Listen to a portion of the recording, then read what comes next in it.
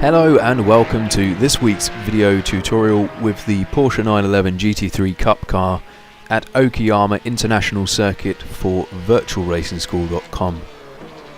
We will once again be performing our analysis of a race fuel lap from Rens Broekman with default morning weather to match the official series.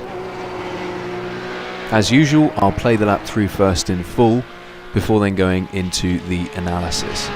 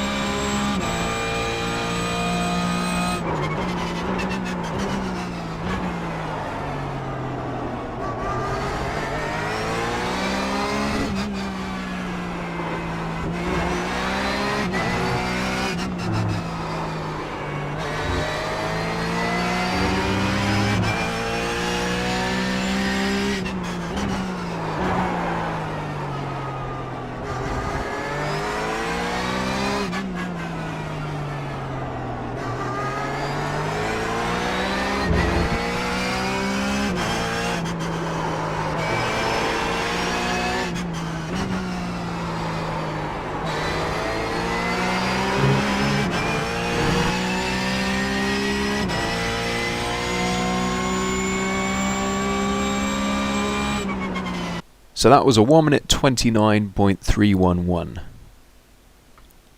Okay, so here we are once again on the VRS website on the app.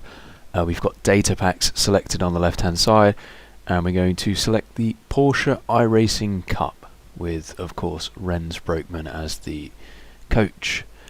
So it's week 2, Okayama this week. Just to summarise what we're seeing here, you've got some best sector files which you can use in the sim, a replay, and of course the setup.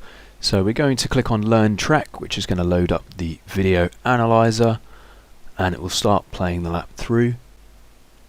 We're just going to pause it, and we're going to mute it and reduce it to half speed. So of course we've got our sectors, we've got telemetry channels, and I've explained these in other videos. We've got the brake and throttle telemetry channel, as well as some inputs on the bottom left. So we'll just click on sector 1, which is of course the run from the start finish line to the braking zone of turn 1. If we play this through, obviously you want to keep the car to the left hand side and think about your braking zone, which is going to be before this 100 marker and before the bridge. So if we go to sector 2, we can click on the exact moment where Rens reaches maximum braking capacity. It looks to be about sort of 20 meters before the marker. We can also select chase view to see that better. So obviously these are quite grippy conditions, morning weather, the circuit's quite cold, so you can afford to brake really hard here before lockup. Obviously there's no ABS, so you do need to be cautious, and Rens bleeds off as he starts to turn in.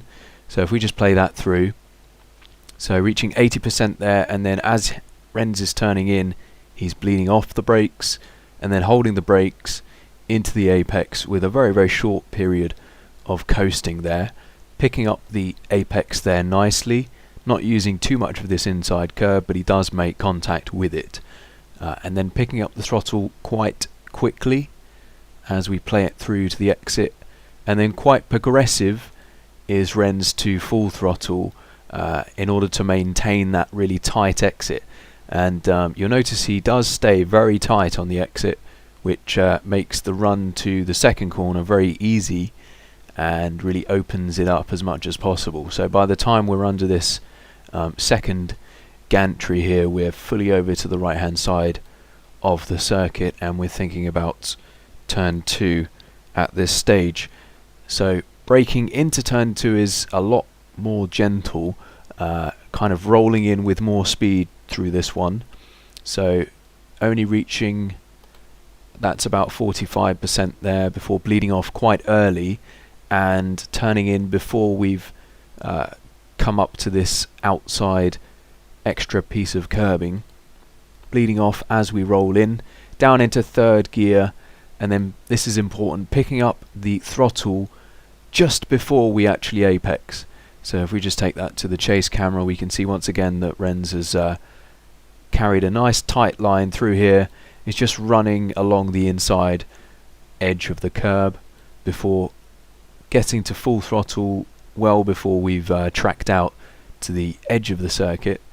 We just go back to cockpit view for that, and just being nice and gentle with the steering and using all of the track and a little bit more there on the exit as he drops a wheel into the gravel. So you see obviously how smooth Rens is with the inputs.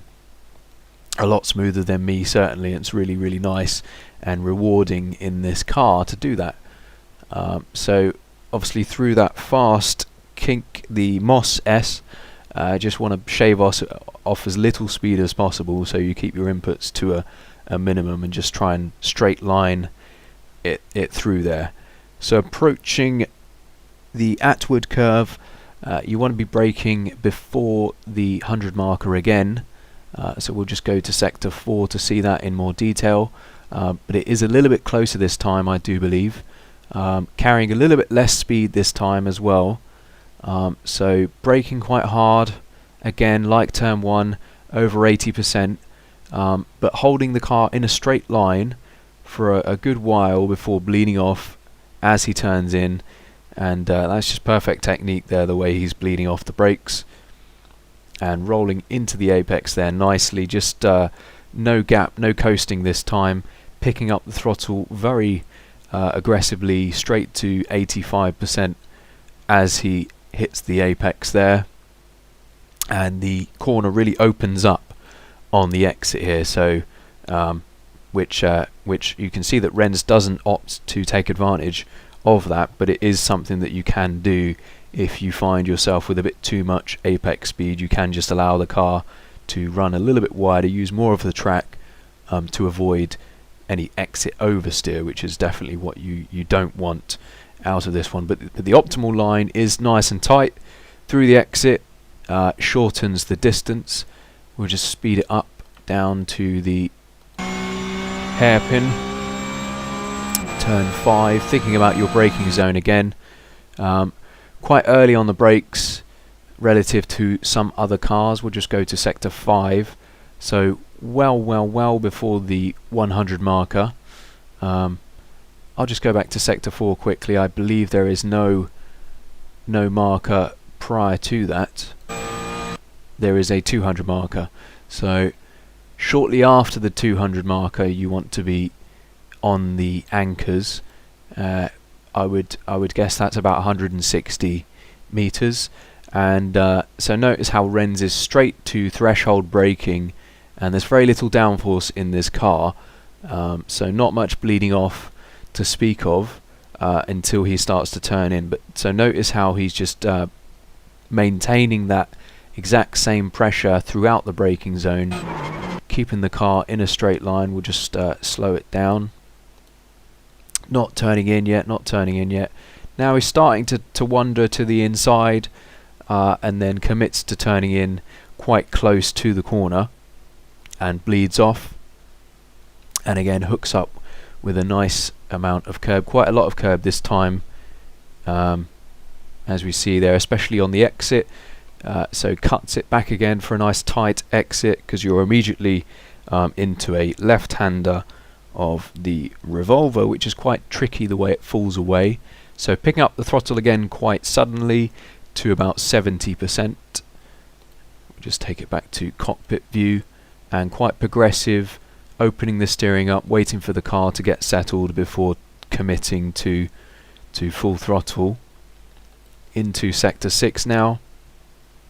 and then on the brakes before we shift up into third gear. So no need for third gear in this short run, and not braking very hard at all. We'll just jump back to that. So 50%, and kind of rolling through the corner. So braking early, not very much, and then rolling through the corner and just maintaining momentum. This is all about momentum, this short sequence.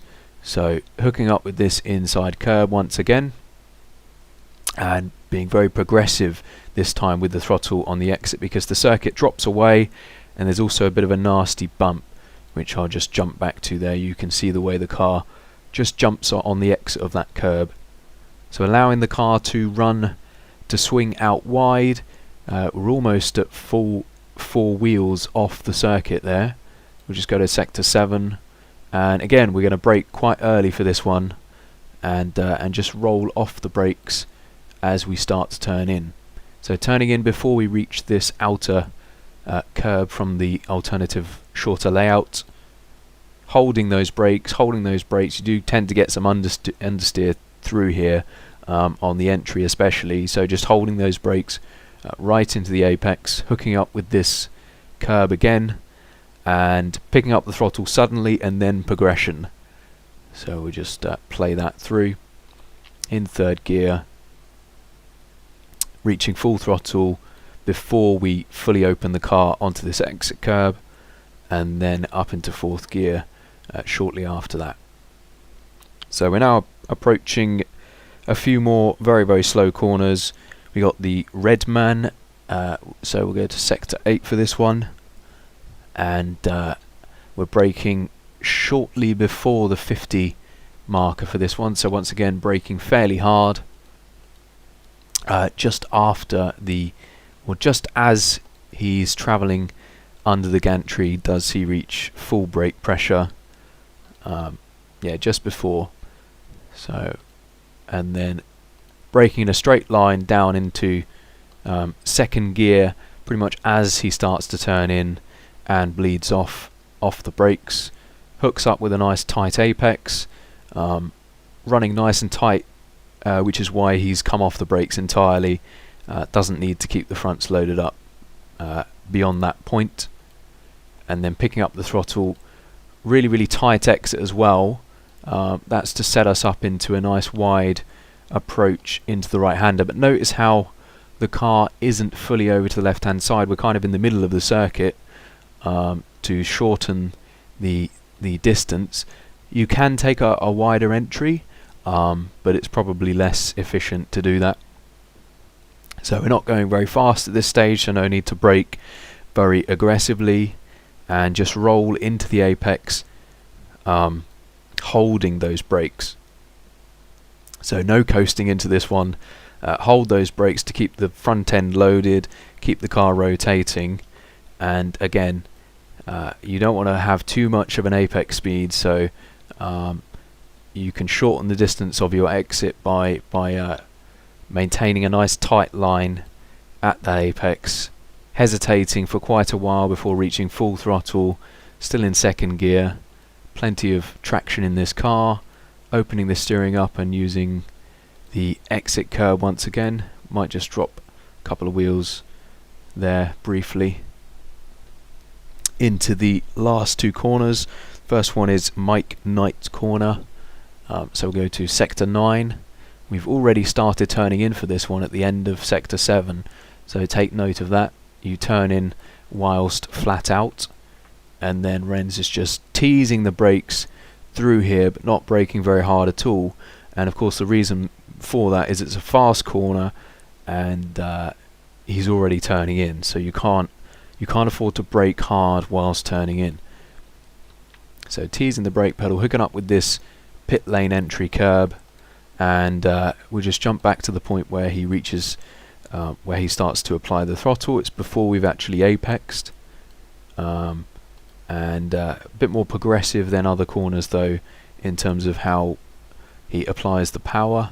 Don't want to unsettle the car as we run that inside curb, and we've reached full throttle well before the exit there, and of course running the car right to the outside edge into the literally called the last corner.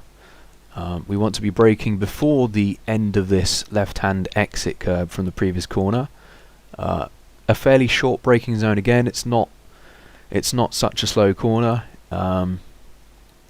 So braking to about 60%, but bleeding off pretty much straight away, because again we have to turn in fairly soon. So the turn-in point is about a third of the way along the braking zone, and then bleeding off the brakes, hooking up with this inside apex, and no coasting again to keep the car rotating, keep the front end loaded up, and picking up the throttle as we apex there,